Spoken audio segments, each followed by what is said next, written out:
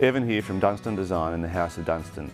Today I just want to show you how the MacFarlane Bowsander can fit in with your work practices, whether you're a professional or an enthusiast at home. Today I'm just going to shape this piece of wood to show you how the MacFarlane Bowsander works, but don't get focused on what I'm actually making. This could be the piece of furniture you're working on, or the sculpture you're working on, or the gun stock you're making, or the duck decoy you're working on, or the surfboard, or even if you're restoring some old furniture. I can't think of every application that the Bowsander is used for, but all the examples I gave you there are real-world people using the Bowsander for real-world applications. Primary shaping, we just do it old school, using the sort of hand tools that you would normally use, so let's get stuck in.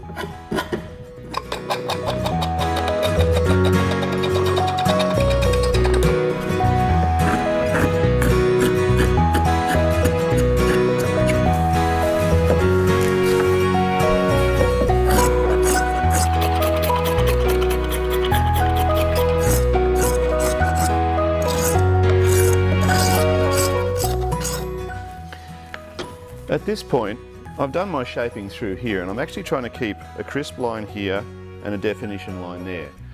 Normally, I'd reach for a piece of sandpaper at this point, and I'd have to sand it into submission. But you can see a few things going on here. First of all, my whole hand is in the way. I can't actually see what I'm sanding. I can feel it, but I can't see it. The other thing you might be able to see is that I'm picking up on the high points with my sandpaper, but I'm not maintaining the flow I had with my hand tools. That's where the Bowsander goes in. This one's got 150 grit on it, but it's going to cut as if it was about 120 grit. I can see what I'm doing.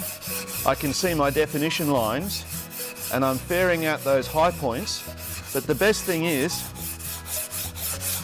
I can really maintain those lines and treat my Bowsander with the same delicacy that I was using with my other hand tools.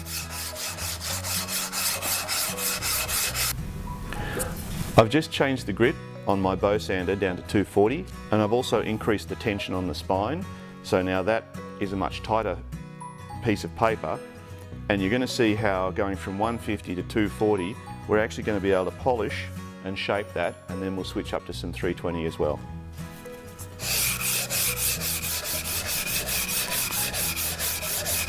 And again, don't focus on the fact that this is just a little sculpture. It could be the balsa wing of your remote control plane, it could be the chair leg that you've been working on, that lovely cabriole leg. I've just switched to 320. Again, I've got a fair bit of tension on the spine, and we can get straight in.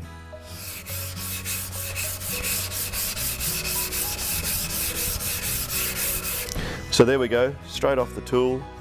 I haven't touched that up with anything else at this point, and we can see how that comes up.